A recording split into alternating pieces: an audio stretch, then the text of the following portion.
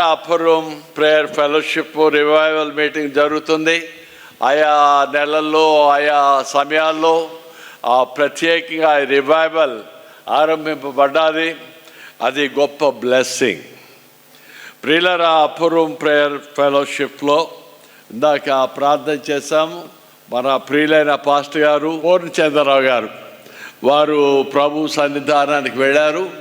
గారి గొప్ప దైవజనులు LMM చర్చ్లో ఆరంభమైన ఈ గొప్ప ఒక మహా ఉజ్జీవం ఒక చిన్నగా ఆరంభమైంది. మా అన్నయ్య కృపారావు అన్న ఆయన నాకు అన్నంట కానీ గురువు గారు ఈ ట్రైనింగ్ ఇచ్చాడు. మోకాళ్ళ ప్రార్థన, ఆల్ నైట్ ప్రేయరు, వీధుల్లో తిరగడం, కొండల్లో తిరగడం, తెల్లారు లేచేసరికి 4 గంటలకి లేపేసి పదండి అని చంపేసేవాడు. రాత్రి 12 గంటల వరకు పడుకునేవాళ్ళం కాదు, మళ్ళీ 4 గంటలు లేపేసేవాడు.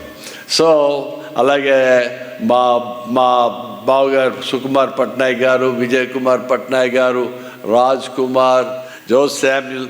So it was wonderful fellowship. వీళ్ళందరూ నా గురువులతోనే చెప్పాలి. ప్రియులారా, వాళ్ళందరూ నాకు చాలా నా భక్తి విశ్వాసాల్లో నేను పడిపోకుండా నన్ను చాలా వరకు ప్రోత్సాహపరిచారు. ఇవాళ ఇలాగ ఉన్నానంటే ఒకప్పుడు వాళ్ళు వేసిన నా అన్నదమ్ములు, మా బ్రదర్స్, అప్పుడు వాళ్ళు వేసిన పునాది. నేను చాలామంది నేర్చుకున్నాను. ముఖ్యంగా మా పెద్దలు వీళ్ళు కృపారావు అన్నయ్య, సుకుమార్ అన్నయ్య, విజయ్ కుమార్ అన్నయ్య, జగారావు గారు, వీళ్ళందరూ. రాజ్ కుమార్, నా పాటలు రావు, కంజరగొట్టడం రాదు, ఏమి రాదు, భాషలు రావు. హల్లెలూయా. అలాంటి సమయంలో అద్భుతమైనటువంటి సేవా పరిచర్యలో రోడ్ల మీద నడిపించి, కోట్ల మీద నడిపించి, పల్లెటూరులో నడిపించి, అటువైపు గేదెలు కడుగుతుంటే ఇటువైపు మేము స్నానాలు చేసి ఆ నీళ్లు తాగి ఈ నీళ్లు తాగి జబ్బు లేదు, రోస్టు లేదు, రోగం లేదు, హ్యాపీగా తిరిగాం. ఆనాడు దేవుని వందనాలు. ఓ ఫెలోషిప్, ఓ ప్రేమ అనుబంధం. రే తమ్ముడు, నాయన కట్టే సామాన్ అంతా కట్టడమే. అందరూ కూర్చునేవాళ్ళం, ఒకే దగ్గర పడుకునేవాళ్ళం. పల్లెటూరులో వెళ్ళినప్పుడు ఆ చూరు కింద పాకలు ఉండే, ఇప్పుడు పాకలు ఎవరు తెలియదు, పాకల కింద ఆ చూరు కింద పడుకోవడము. లేకపోతే ఆ పాస్టర్ గారు పాపం మధ్యరాత్రులు వెళ్ళేవాళ్ళం.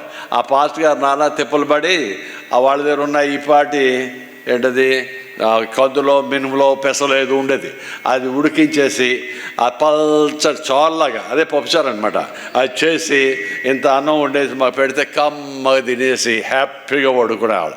దేవుని స్తోత్రం. ఆ మంచి అనుభవాలు మేము హ్యాపీగా తీసుకున్నాం. ఏనాడు మేము ఏదో సేవ చేస్తున్నట్టు ఫీలింగ్ ఎప్పుడూ లేదు మాకు. మేము దేవుని సేవ చేసేస్తున్నాం, కష్టపడిపోతున్నాం అసలు ఆ తలంపే లేదు. ఎక్కడ 5 రోడ్డు మీద కనబడితే అక్కడ ఆగిపోయేవాళ్ళం. వాడు సువార్త చెప్పేవాడు, పాట పాడేవాడు, వాడేమో సాక్ష్యం చెప్పేవాడు, గబగబా 2 వాక్యాలు చెప్పేవాడు. ప్రతి సంతలో ఆగేవాళ్ళం, ప్రతి వీధిలో ఆగేవాళ్ళం. దేవుని స్తోత్రం. హల్లెలూయా. గొప్ప ఉజ్జీవం. అప్పర్ రూమ్ సేవ పరిచర్య. ప్రియులారా, కొన్ని అనుభవాలు నేను వాక్యంలోకి వెళ్ళే ముందుగా చెప్తాను. అనుభవాలు కూడా ఎలాంటి అనుభవాలు, పిచ్చి కుక్కల్లా పరిగెట్టేవాళ్ళం మేము రాత్రులు. ఆ నాజ్ హోటల్ దగ్గర ఆ పక్కన రాత్రి అంతా ప్రార్థనలు. సాయంత్రం నేను బ్యాంకులో ఆఫీసర్గా ఉండేవాడు. సో సాయంత్రం ఆ బ్యాంక్ అయిపోయిన తర్వాత ఇంటికి లేదు, భోంచేసేవాళ్ళం. భోంచేసి సాయంత్రం 7కో ఎప్పుడు వెళ్ళిపోయేవాళ్ళం. మళ్ళా నెక్స్ట్ డే మార్నింగ్ సూర్యుడు ఆ పక్క కనబడే వరకు కూడా మేము ఎవరు పడుకునేవాళ్ళం కాదు. దేవుని వందనాలు. ప్రార్థన ప్రార్థన ప్రార్థన ప్రార్థన. ఆ ప్రార్థనలో ఎలాగుండేదంటే ప్రతి శుక్రవారం అలాగుండేది. తర్వాత ప్రత్యేకమైన ప్రార్థనలు. సో ఆ ప్రార్థన సమయంలో కొంతమంది సడన్గా ఆ గుంపులోంచి లేచిపోయి రోడ్ల మీద పరిగెట్టేవారు. ఏది నాజ్ హోటల్ ముందు నుంచి అలా police station, 1 town police station మీద నుంచి పరిగెట్టేవారు కేకలు వేసుకొని పిచ్చుకోకల్లాగా. ఆ రాత్రిపూట 1 గంటప్పుడు 2 ఏ కుక్కలు పట్టుకోలేదు, పోలీసు వాళ్ళు పట్టుకోలేదు, ఎవడో అడ్డుపెట్టలేదు. దేవుని వందనాలు. హల్లెలూయా. పరిశుద్ధాత్మ కుదిపేశాం. పరిశుద్ధాత్మ ఒక ఊపేశాడు. ప్రియులారా, అద్భుతమైన వరాలు, అద్భుతమైన. మా ఇంట్లో ఒకసారి ప్రార్థన చేస్తుండగా ఆ ఇల్లు మేడ మీద ప్రార్థన చేస్తున్నాం, చేస్తుండగా కొంతమంది బ్రదర్స్ బయలుదేరి ఇలాగెళ్ళి చూస్తున్నారు మేడ మీద కిందకి. ఏంటి ఆ మేడంతా కదిలిపోయింది. ఇలాగా అపోస్తలుల అనుభవాలన్నీ కూడా మేము చాలా వరకు అనుభవించాం. మేడంతా కూడా కదిలిపోయింది. మాకు తెలియదు, మేము ప్రార్థనలో ఉన్నాం. కొంతమంది బ్రదర్స్ వెళ్ళి ఏంటైంది అని అడిగితే మేడ డాబా కదిలిపోతుంది. దేవుని స్తోత్రం, హల్లెలూయా. ప్రియులారా, ఈ దినాన్ని నేను పేతురు చెరసాల్లో ఉన్నటువంటి ఆ విషయాన్ని మాట్లాడుతున్నాను. పేతురు చెరసాల్లో సార్ అపోస్తుల కార్యములు 12వ అధ్యాయము 5-6 వచనాల్లో మనం చూస్తే అదంతా కూడా పేతురు చెరసాల్లో వేశారు. డబ్బున్నా, దర్పమున్నా, హోదా ఉన్న, అధికారం ఉన్న ఒక వ్యక్తిని అది రక్షించలేదు. ప్రియులారా, ఇక్కడ వాడు లిబియా ప్రెసిడెంట్ గడాఫీ ఉండేవాడు, గొప్పవాడు, అధికారం ఐశ్వర్యం అంతా ఉంది. కానీ ప్రియులారా, అలాగే ఇరాక్ ప్రెసిడెంట్ సద్దాం హుస్సేన్ ఉండేవాడు, గొప్ప అధికారం ఐశ్వర్యం హోదా అంతా ఉంది.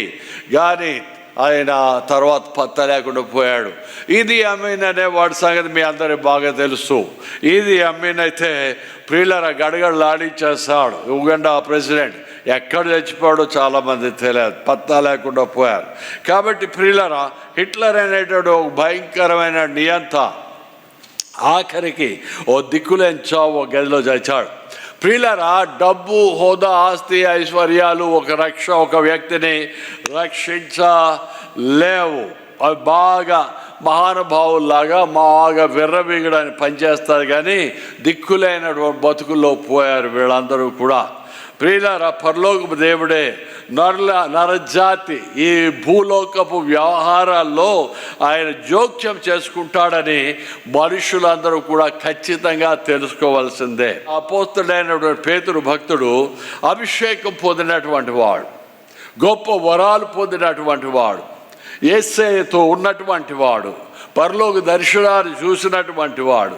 ప్రియులారా, ఆ యొక్క దైవజనుడు అయినటువంటి అపోస్తలుడైనటువంటి ఆ పేతురు యొక్క ఆ నీడ రోగుల మీద పడితే రోగులు స్వస్థతలు పొందేవారు. ప్రియులారా, దెయ్యాలు నన్ను చూస్తే పారిపోయడం రుణాయి చూశారు. మా గుమ్మంకి వచ్చి టక్కన పడిపోవాలి. అమ్మమ్మమ్మ మేము ఏం చూడ. ప్రియులారా, పరిశుద్ధాత్మ అభిషేకం ఉంటే దెయ్యాలు గడగడలాడతాయి, భూతాలు గడగడలాడతాయి, పిశాచాలు గడగడలాడతాయి. అపోస్తలుడైనటువంటి ఈ యొక్క దైవజనుడు గొప్ప అభిషేకం పొందినటువంటి వాడు. ఆయన స్వస్థతలు అనేకమైన స్వస్థతలు జరిగించాడు.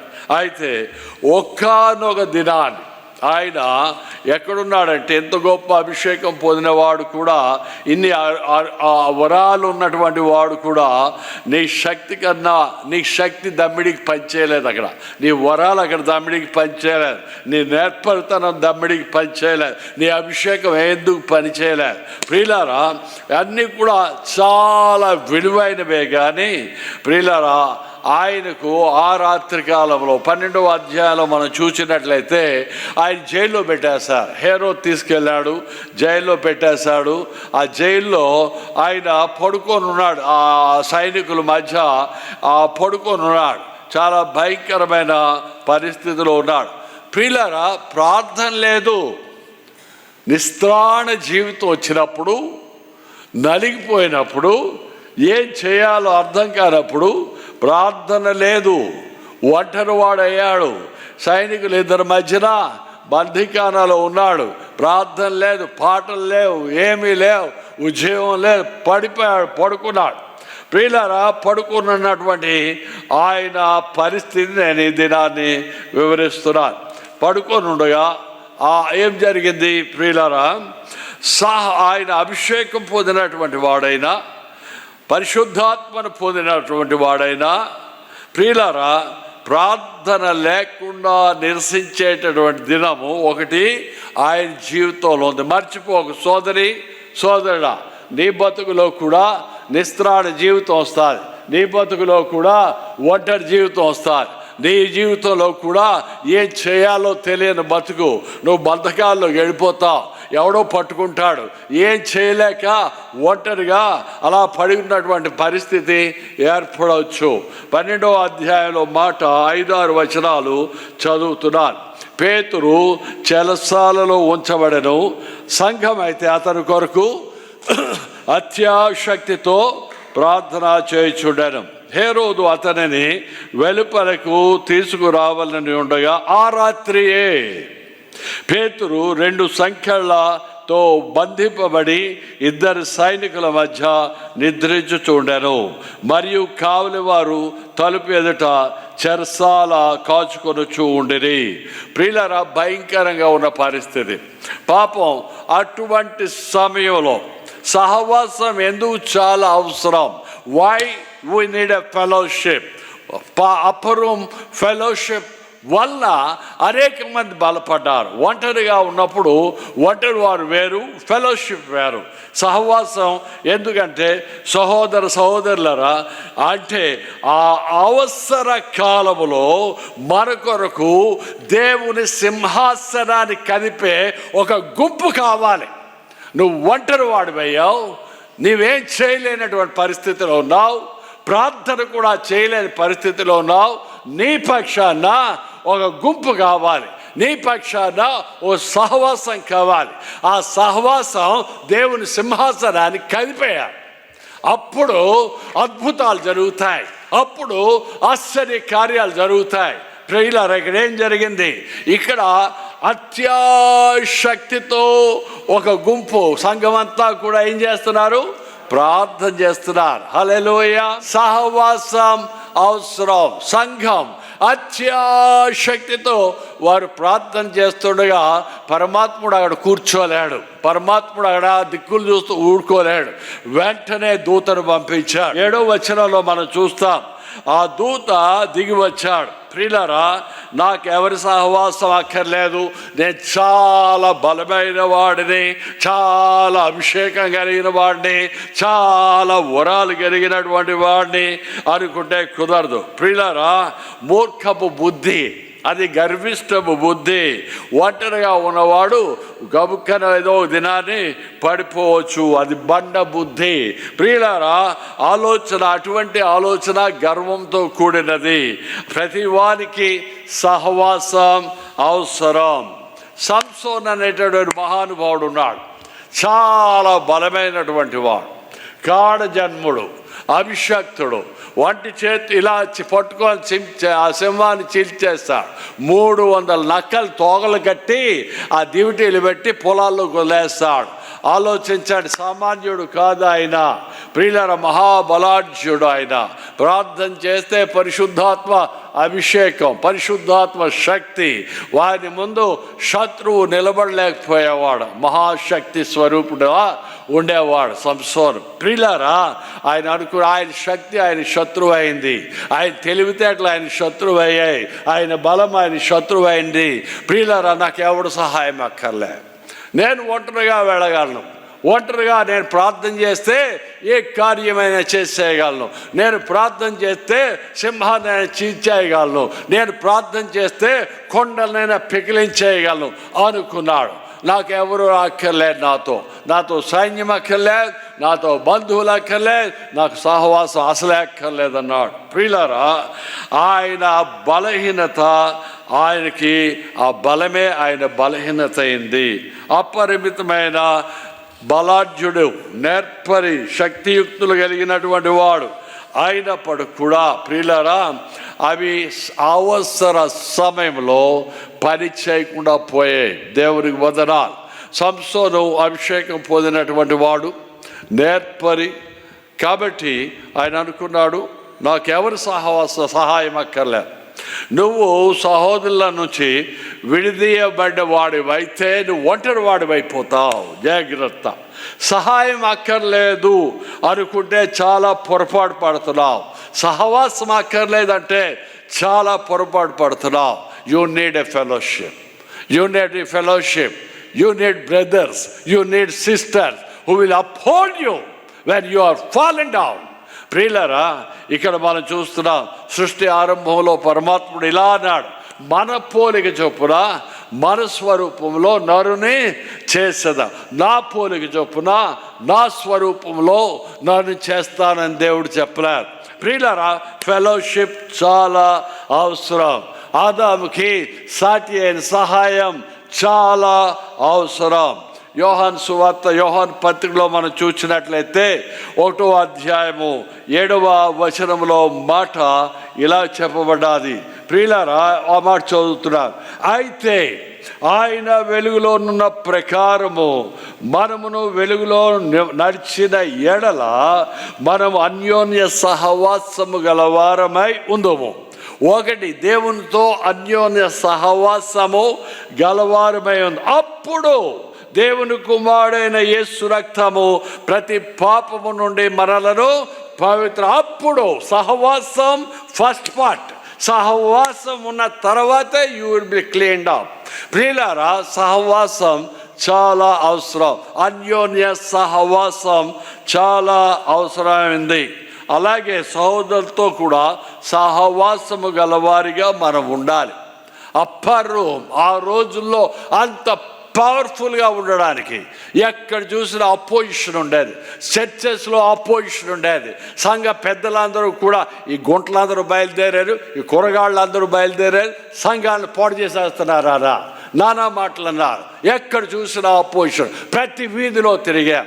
విశాఖపట్నం అవని, ఈ ప్రాంతం అవని, ప్రతి వీధిలో తిరిగాం. కంజలు కొట్టాం, వాయిద్యాలు వాయించాం, కేకలేసాం. ఎక్కడ ఎన్ని అపోజిషన్ వచ్చినా యేసు నామములో జయం పొందాం. హల్లెలూయా, హల్లెలూయా. ఉజ్జీవం రావాలంటే లేవాలి, మనుషులు విశ్వాసం లేవాలి, ప్రార్థన పరిగెట్టాలి. హల్లెలూయా, దేవుని వందనాలు. మా ప్రార్థన టైంలో అక్కడ ఎవరుండారు? చిన్నోళ్ళ దగ్గర నుంచి, అమ్మాయిల దగ్గర నుంచి, అబ్బాయిల దగ్గర నుంచి, పెద్ద అమ్మల దగ్గర నుంచి, తొడల దగ్గర నుంచి, పెద్ద వయసు వాళ్ళు, ఎడ్విన్ గారు తల్లి గారు పెద్ద వయస్సు వాళ్ళు. మేము కేకలేస్తుంటే వాళ్ళు పాపం అసలు డిస్టర్బెన్స్ అని ఫీల్ అవ్వకుండా మాతో కలిసి వాళ్ళు ప్రార్థన చేసేవారు. దేవుని వందనాలు. హల్లెలూయా. ప్రియులారా, సహవాసం చాలా అవసరం. అలాగే ఈ బ్రదర్ నన్ను అవమానపరిచాడు కాబట్టి నేను సహవాసానికి రాను, ఈ సిస్టర్ నన్ను చాలా ఇన్సల్ట్ చేసింది, కాబట్టి నేను సహవాసానికి రాను అనే ప్రశ్న వేసుకొని నిన్ను నీవు సహవాసం నుంచి దూరం చేసుకోవద్దు. ప్రియులారా, నిన్ను నీవు సహవాసం నుంచి దూరం చేసుకోవద్దు. Stand up, rise up. మనం సొసైటీలో ఉన్నాం. ప్రియులారా, ఇక మనం సహవాసం చాలా ఇంపార్టెంట్. ఒంటరి వాడు ప్రియులారా, నన్ను అవమానపరిచారనేసి సహవాన్ని చూడని విడిచిపెట్ట. నాకు ఈ ఎడం చేయి చాలా ఇన్సల్ట్ చేస్తుందండి. ఇది కొంచెం వంకలు టెంకలు తిరిగేస్తుంది కాబట్టి నేను ఎడం చేయి నరికేస్తానంటనా? ఎడం చేసి నరికేస్తే అది సంపూర్ణత ఇస్తుందా శరీరానికి? ఇవ్వదు. నా కన్ను ఊరికే అప్పుడప్పుడు కన్ను వేడి చేసో చలవ చేసో కొట్టుకుంటుంది. నాకు చాలా కోపం వచ్చి కన్ను తినక ఉండడం లేదు అని తీసి పారేస్తానా? ప్రియులారా, నీ ఎడం కన్ను నీకు పని చేయకపోతే తీసేస్తామా? ఎడం కన్ను ఉండాలి. అప్పుడే నీకు పూర్తి అయిన అంగ విశిష్టత ఉంటుంది. ప్రియులారా, సహవాసం చాలా అవసరం. అంతేగాని ఎవరో ఏదో అన్నారని మరో సహవాసానికి దూరంగా ఉండకూడదు. బ్రతికినంత కాలం సహవాసం చాలా అవసరం. సహవాసాన్ని నిర్లక్ష్యం చేస్తే అవసర దినాన్ని నీ భార్య నీ దగ్గర ఉండదు, అవసర దినాన్ని నీ భర్త నీ దగ్గర ఉండడు. సహవాసాన్ని నిర్లక్ష్యం చేస్తే నీ కుటుంబంలో నీ పిల్లలు నీ దగ్గర ఉండరు. జాగ్రత్త. It's very important. Fellowship, love and togetherness ఇవన్నీ చాలా అవసరం. ఒంటరి అయిన సంసోను బలవంతుడు, అభిషక్తుడు, వరాలు కలిగినటువంటి వాడు, కారణజన్ముడు. ప్రియులారా, అటువంటి తెలివైన వాడు, ఆయన మహాజ్ఞాని. ఆయన ఎవరైనా ఎదిరించగలరా? ఆయనతో ఎవరైనా ఆయన పాండిత్యాన్ని ఎవరైనా పట్టగలరా? అంత గొప్పవాడైనటువంటి వాడు. ప్రియుల మహా ఛాంపియన్. ఐఎమ్ ద ఛాంపియన్ అన్నాడు. నాకు ఎవడక్కర్లేదన్నాడు. ఒంటరి వాడైపోయాడు. ప్రియులారా, ఏకాగిగానే ఆయన జీవించాడు, ఏకాగిగానే చనిపోయాడు. Finally he died. A lonely life, ఒంటరి బతుకులో ఒంటరి వాడిగా, దిక్కులేని వాడిగా చచ్చాడు. ప్రియులారా, సహవాసం చాలా ఇంపార్టెంట్. సహవాసం లేకపోతే ఒంటరాడు అయిపోతాం. సైతాన్ని దెబ్బ కొడతాడు. ప్రియులారా, ఇక్కడ పేతుని జైల్లో పెట్టారు. పేతుని జైల్లో పెడితే ఏమనుకున్నారు? చేతులు కాళ్ళు చైన్ వేసేస్తారు, సైనికులు ఉన్నారు, జైల్లో పెట్టేస్తారు. ప్రియులారా, ఆ జైల్లో పెట్టేస్తే యేసునామంలో ఏమనాలి? నాకు నీకు సంఖ్యలు వేసినప్పుడు యేసునామంలో నీకు సంఖ్యలు పడ్డాయి. ఆ సైతాన్ సైకిల్ పెడితే యేసునామంలో ఈ సంఖ్యలు తెగిపోవునుగాక, యేసునామంలో ఈ బంధకాలు తెగిపోవునుగాక అని మనం తెగించి యేసయ్య దగ్గర మనం చెప్పాలి. దేవుని స్తోత్రాలు. అక్కడ దిక్కులేని వాడిగా చూస్తున్నాడు. అక్కడ చేతకాని వాడిగా పేతురు అపోస్తలుడు అవ్వచ్చు, గొప్ప దైవజనుడు అవ్వచ్చు, మహాజ్ఞాని అవ్వచ్చు, అభిషక్తుడు అవ్వచ్చు, కానీ ఆ రాత్రి కాలంలో ఒంటరి వాడైపోయాడు, దిక్కులేని వాడిగా ఉన్నాడు. ప్రియులారా, ఆ సమయంలో ఇక ఏం చేయాలో తెలియదు, మొద్దు నిద్రపోతున్నాడు. పేతుడు చేస్తున్న పని ఏంటంటే మొద్దు నిద్రపోతున్నాడు. వాక్యంలో చదవండి, అది అర్థమవుతుంది. నిద్రపోతున్నాడు. దేవదూత వస్తే కలగంటున్నాను అనుకుంటున్నా, అంత నిద్రపోతున్నాడు ఆయన. ప్రియులారా, మొద్దు నిద్ర. ఆ సమయంలో పేతురు వరాలు, పేతురు అభిషేకం, పేతురు యొక్క బలము, శక్తి, నేర్పరితనం, నైపుణ్యం ఆయనకు విడుదల ఇవ్వలేదు. ప్రియులారా, అంతకుముందు పేతురు అన్నైనటువంటి యాకోబుని జైల్లో పెట్టారు. యాకోబుని జైల్లో పెట్టిన తర్వాత హేరోదు ఏం చేశాడు? అప్పటికి చాలా వ్యతిరేకత ఉంది. ఈ క్రైస్తవులు చంపేస్తున్నారు, వీధిలోకి వచ్చేస్తున్నారు, సువార్త చేసేస్తున్నారు, యేసయ్య దేవుడని చెప్పేస్తున్నారు. మన మతస్థులు చాలామంది క్రైస్తవులు అయిపోతున్నారు. సనాతన మతం అంతా కూడా గందరగోళం అయిపోతుంది, అద్భుతాలు అయిపోతున్నాయి, ఆశ్చర్యకార్యం చేసేస్తున్నారు.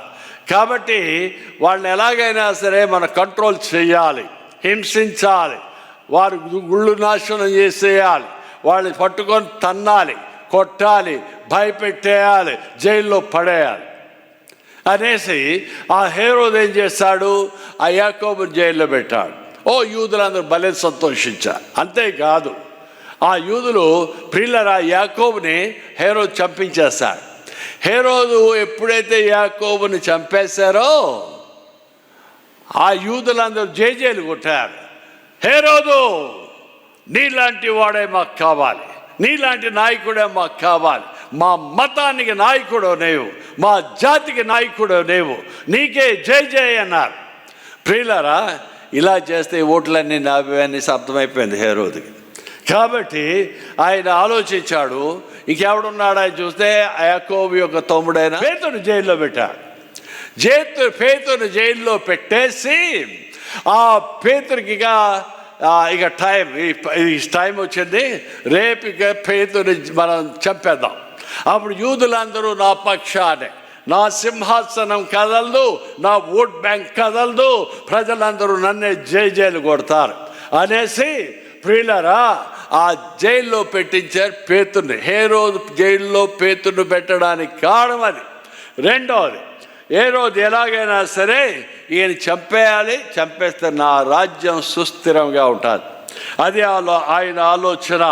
కాబట్టి ప్రియులారా జైల్లో పెట్టాడు. కానీ గమనించండి, ఈ చంపించేద్దాం అనుకున్నాడు, కానీ ఈసారి సంఘం మేము నోరు మూసుకోమన్నారు, మేము ఊరుకోము.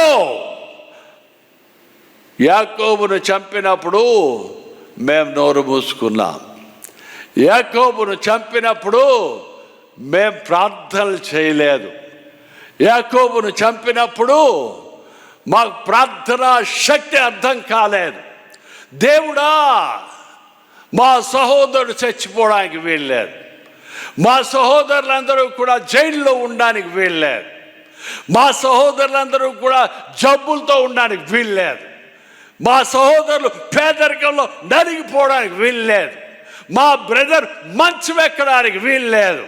సంఘం అంతా కూడా అత్యాశక్తితో ప్రార్థన చేస్తున్నారు. ఉజ్జీవం కావాలి, ఉద్రేకం కావాలి, అగ్ని దిగి రావాలి.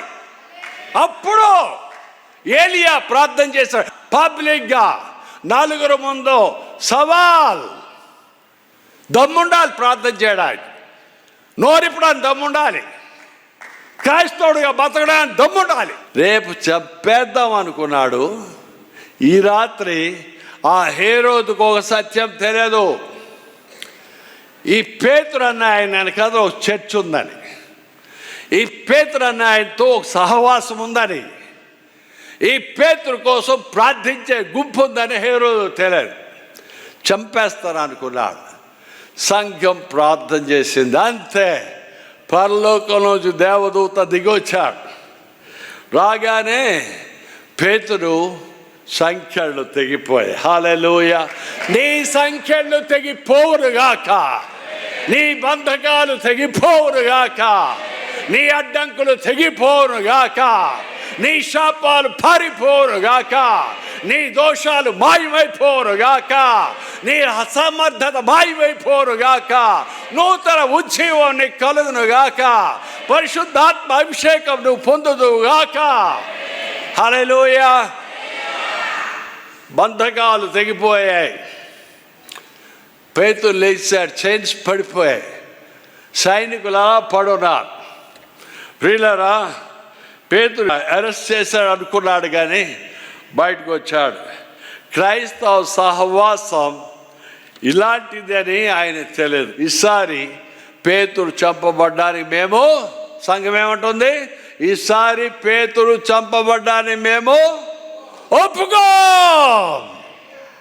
హల్లెలూయా. ఈసారి మా కొడుకు బజార్ల పాలై ఇష్టానుసారంగా తిరగడానికి, సైతానా నీ చేతుల్లో పడ్డానికి మేము ఒప్పుకోము. హల్లెలూయా. మా కూతురు నా మాట తప్పి బజార్లో తిరగడానికి సైతానా నువ్వేసే ఉచ్చులో అది పడకుండా యేసు నామములో మేము అడ్డుకుంటాము. హల్లెలూయా. గొప్ప ఉద్యమం రావాలి. ప్రియులారా, ఈసారి పేతురు చంపడానికి వీల్లేదంది సంఘం. అత్యాశక్తితో దేవుని ప్రార్థన చేశారు. పేతురు పక్షాన, పేతురు కొరకు విజ్ఞాపన ప్రార్థనలు అందుకున్నారు. విజ్ఞాపన ప్రార్థన, హల్లెలూయా. విజ్ఞాపన ప్రార్థన, ఎడతెగక ప్రార్థన, కన్నీటి ప్రార్థన, గోజాడు ప్రార్థన. హల్లెలూయా. 3 రోజులు ఉపవాసం ఉండి మేము ప్రార్థనలు చేసేవాళ్ళం. 3 అప్పరూం. ఏం అప్పరూం? అప్పరూం చెప్తున్నాను నేను. అప్పరూం ఏంటో, 3 రోజులు ఉపవాసం, రాత్రి అనక పగలనక. ఎప్పుడో మధ్యలో కొన్ని కునికేసేవాళ్ళం మేము. పరిశుద్ధాత్మ అదిగో మా బ్రదర్ రాగానే అంటున్నాడు, ఎవరు నా తమ్ముడు యేసుపాదం అని వచ్చాడు, తలకాయలు బాధేస్తాడు.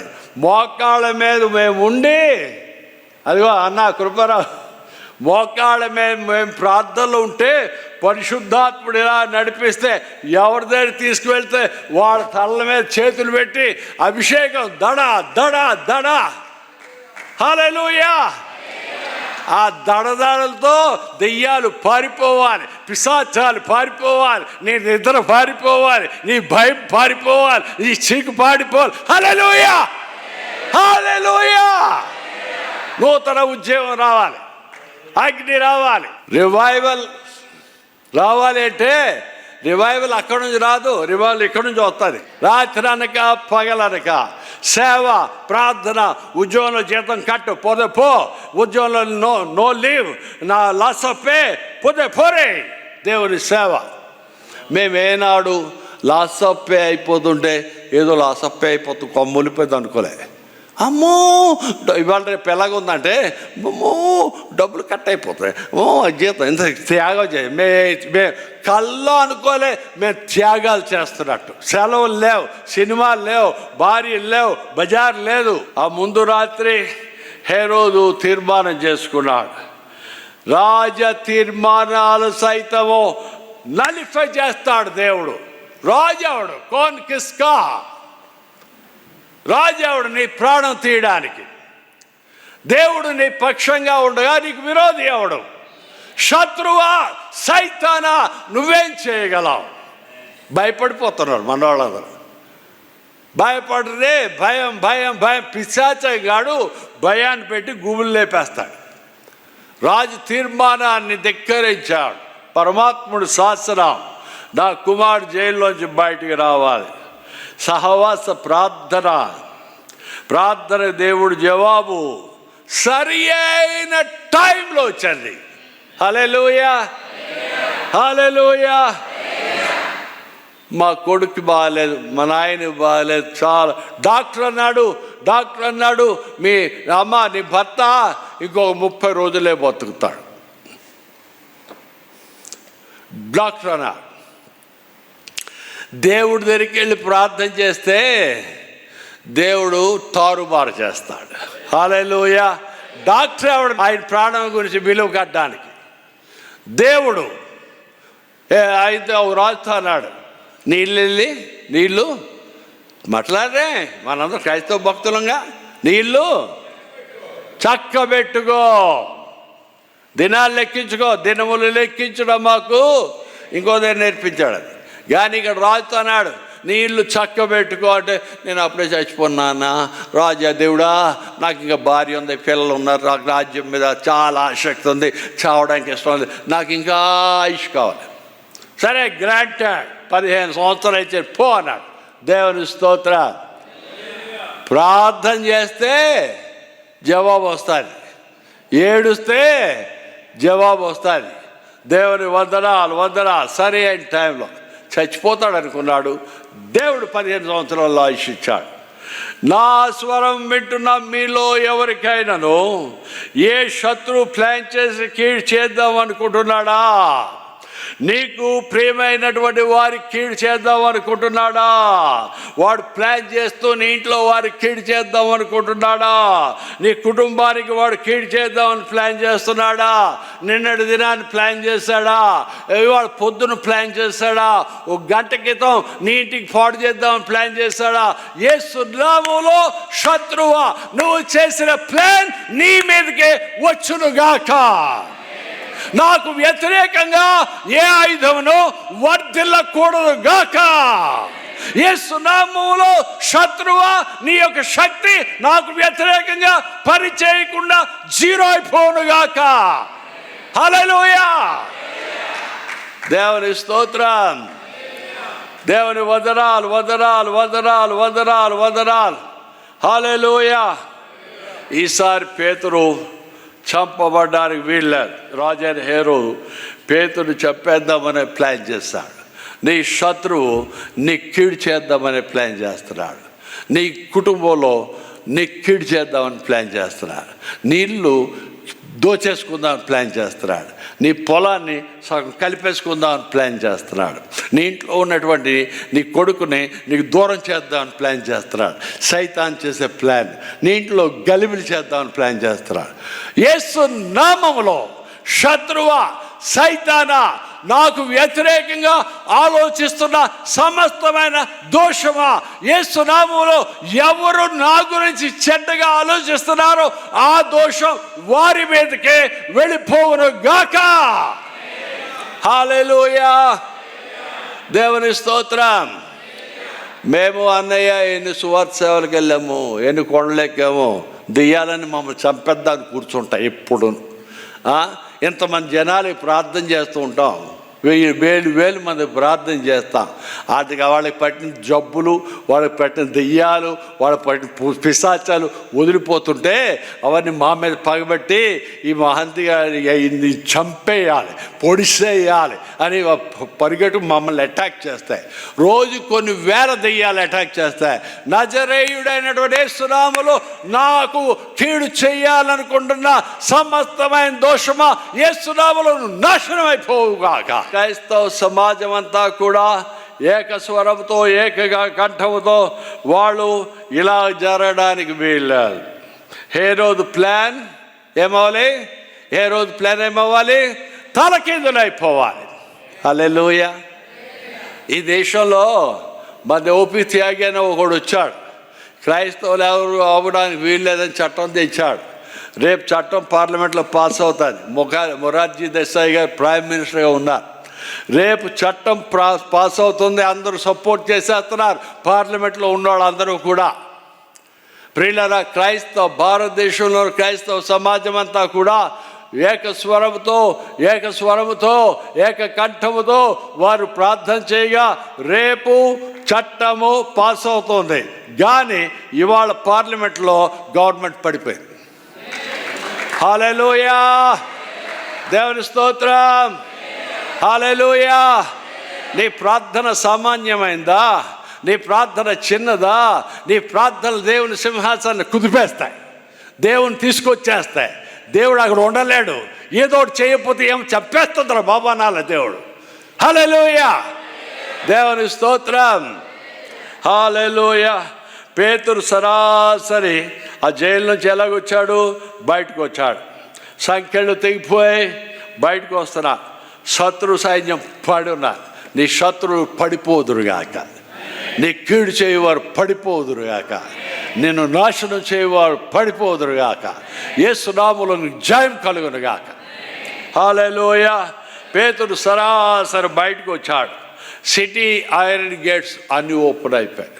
తలుపులు అడ్డుగా ఉన్న తలుపులన్నీ కూడా తెరవబడ్డాయి. నీకు అడ్డుగా ఉన్న తలుపులన్నీ యేసు నామములో తెరవబడుగాక. నజరేయుడైనటువంటి యేసు నామములో నీకున్న బంధకాలన్నీ తెగిపోనుగాక. నజరేయుడైనటువంటి యేసు నామములో నీ ప్రమోషన్కు అడ్డుగా వస్తున్నటువంటి ఆటంకములు యేసు నామములో తెగిపోనుగాక. నీ బిజినెస్కు అడ్డుగా వస్తున్నటువంటి ఆ తలుపులన్నీ నజరేయుడైనటువంటి యేసు నామములో అవి బోధైపోనుగాక. హల్లెలూయా.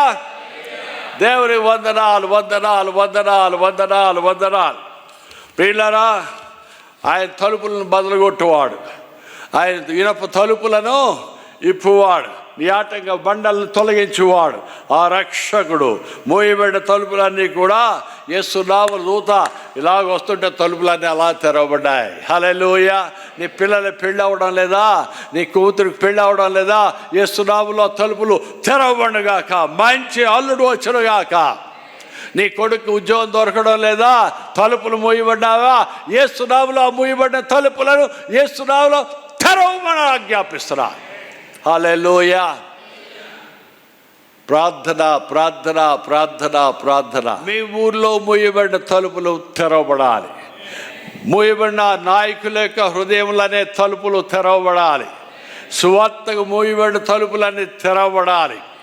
సంఘాలకు మూయబడిన తలుపులన్నీ యేసు నామములో తెరవబడాలి. హల్లెలూయా. ఎడతెగక చేసే విజ్ఞాపన ప్రార్థనలో ఉన్న శక్తి.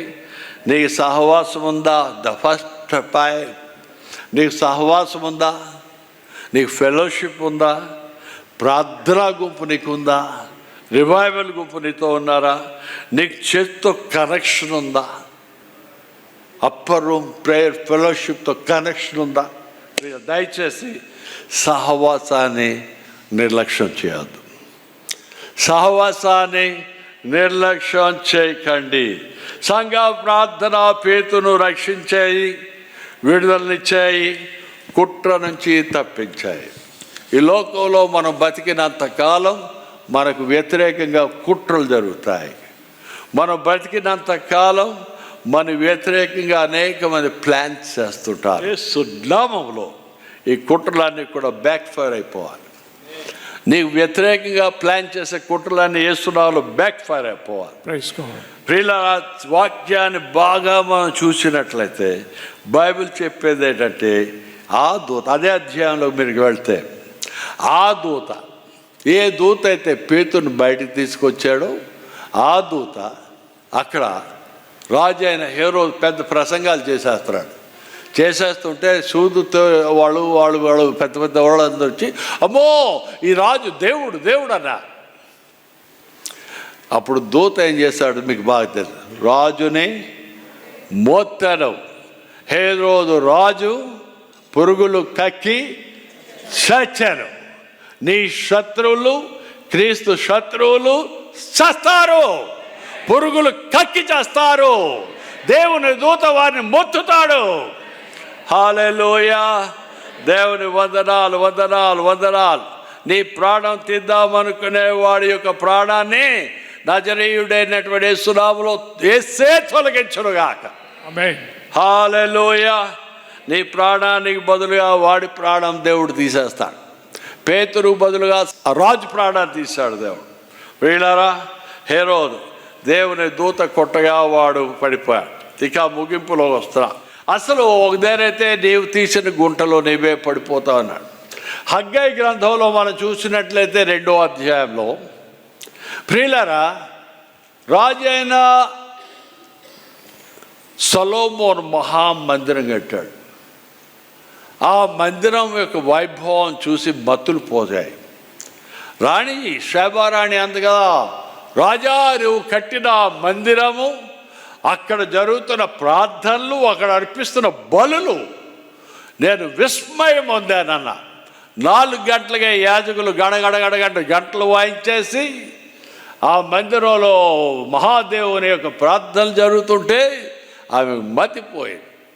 ప్రియులారా, ఆ మందిరాన్ని రాజైన నెబుకద్నెజరు నాశనం చేసేస్తారు.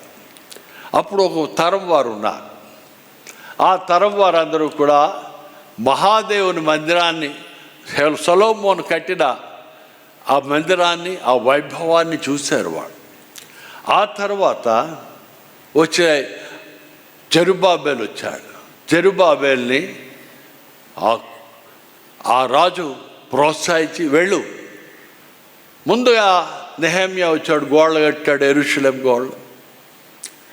అక్కడ వాళ్ళు అన్నారు, ఈయనేం పని చేస్తున్నాడు, యెరూషలేం గోడలు కడతాడట, ఏం సామాన్యం అనుకుంటున్నాడా? చాలామంది అడ్డుకున్నారు, హేళన చేశారు.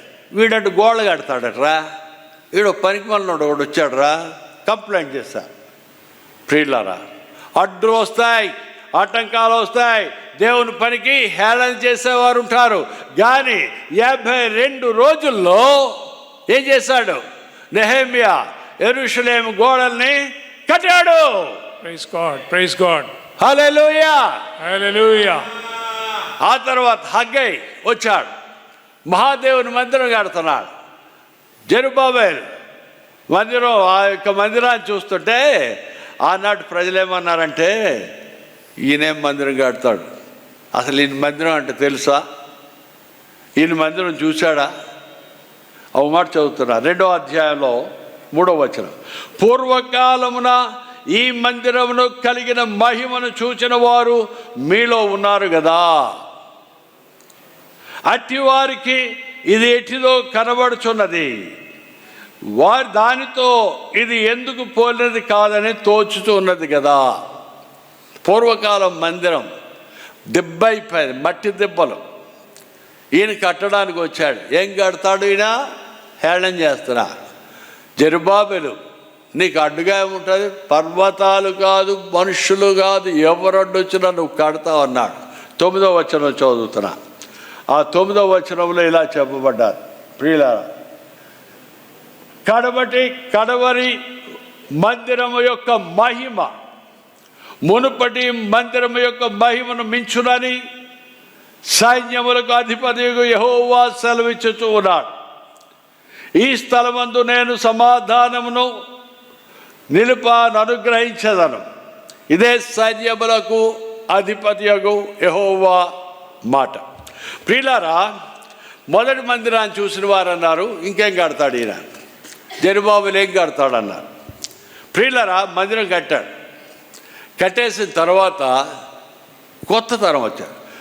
70 సంవత్సరాల పూర్వం చూసిన వాళ్ళు ఉన్నారు, తర్వాత పుట్టిన తరం వారు వచ్చారు. 70 సంవత్సరాలు దాటినటువంటి వారు ఆ మందిరాన్ని చూసి, ఈ మహాదేవుని మందిరం ఆ సొలొమోను మందిరానికి ఏం పోలిక లేదు అన్నారు.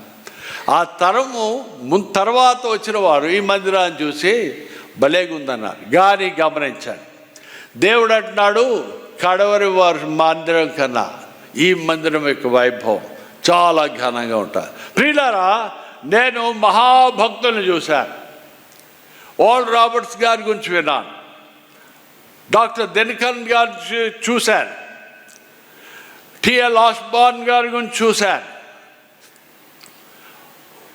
బొంకే గారి యొక్క సేవా పరిచయం చూశాను. ఆనాడు విన్నాను నేను. అప్పర్ రూమ్లో అగ్ని ప్రవహించింది.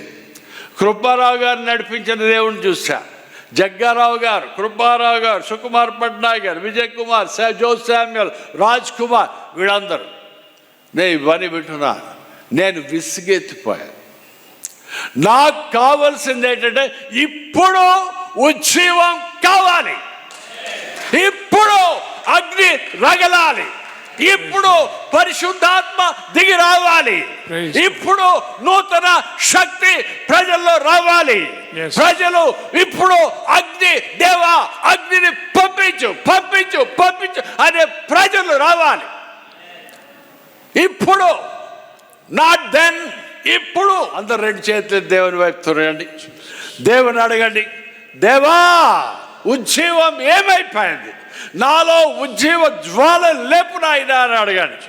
దేవాని వందనాలు వందనాలు వందనాలు వందనాలు వందనాలు వందనాలు వందనాలు స్వామి. నాయనా నూతన ఉజ్జీవంతో అప్పర్ రూమ్లో ఒక నూతనమైన ఉజ్జీవం తీసుకురండి నాయనా. నూతనమైన జనాంగం, నూతనమైన సేవకులు, నూతన తరాన్ని లేపండి. పాత తరం నాయనా ఆ తరం మహిమను చూచా, ఈ నూతన తరం కూడా మహిమ తేవాలి. ఆయన మహిమ పొందండి. యేసు నామములో ప్రార్థిస్తున్నాము తండ్రి. ఆమేన్. ఆమేన్. ఆమేన్.